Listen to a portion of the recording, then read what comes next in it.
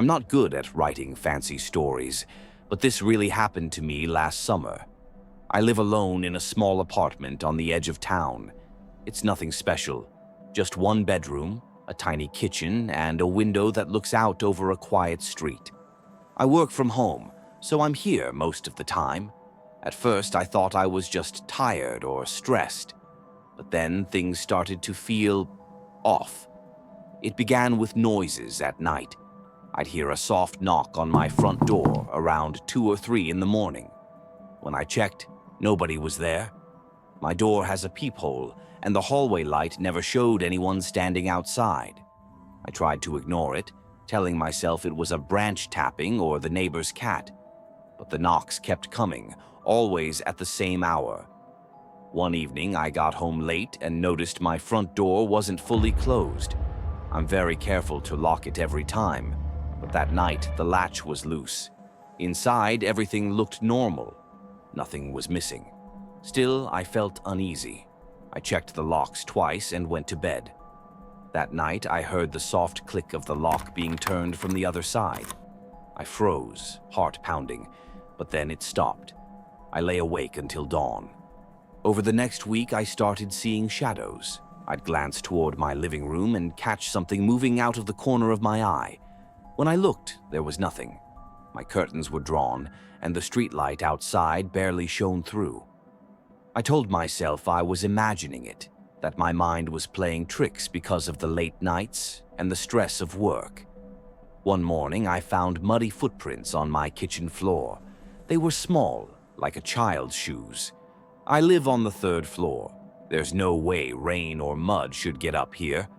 I took pictures and sent them to a friend. He joked that I had a ghost kid roommate. I laughed, but inside I felt my skin crawl. A few days later, I came home to find my laptop open on the kitchen table. I always shut it and put it away. The screen was on a folder full of pictures, photos I had taken of my apartment's empty rooms. They were time-stamped just an hour before. Someone had been here watching me, and they had taken pictures of me asleep in my bed. I couldn't tell if the camera had caught my face or just the back of my head. I felt sick. I called the police.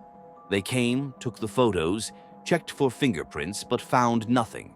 They said maybe someone snuck in through the fire escape. I don't have a ladder or a way to climb up there. The fire escape window is locked from the inside. They told me to get a security camera. I bought one and set it up by the front door and another facing the fire escape. The first night at 2:13 a.m., the front door camera showed a dark figure standing just outside. I could see a hood and maybe a mask.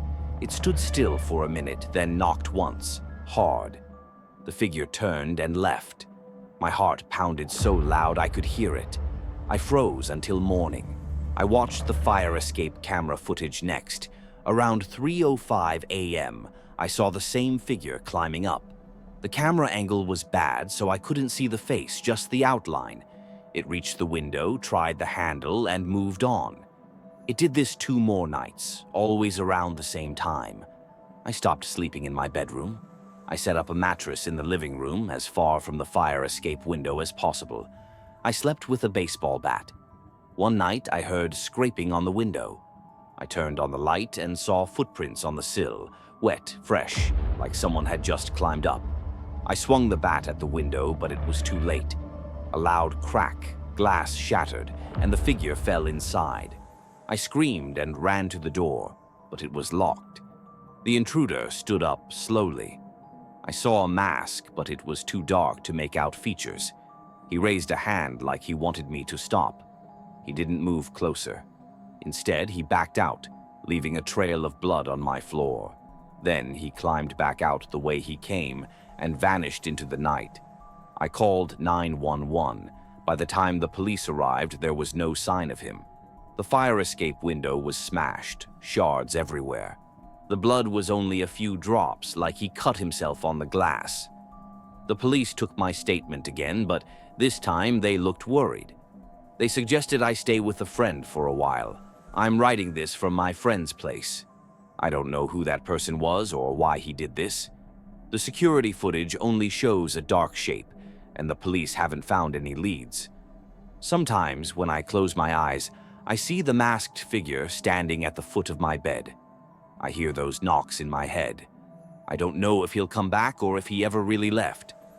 All I know is that every creak of a floorboard now makes me jump, and I can't shake the feeling that I'm being watched. Always watched.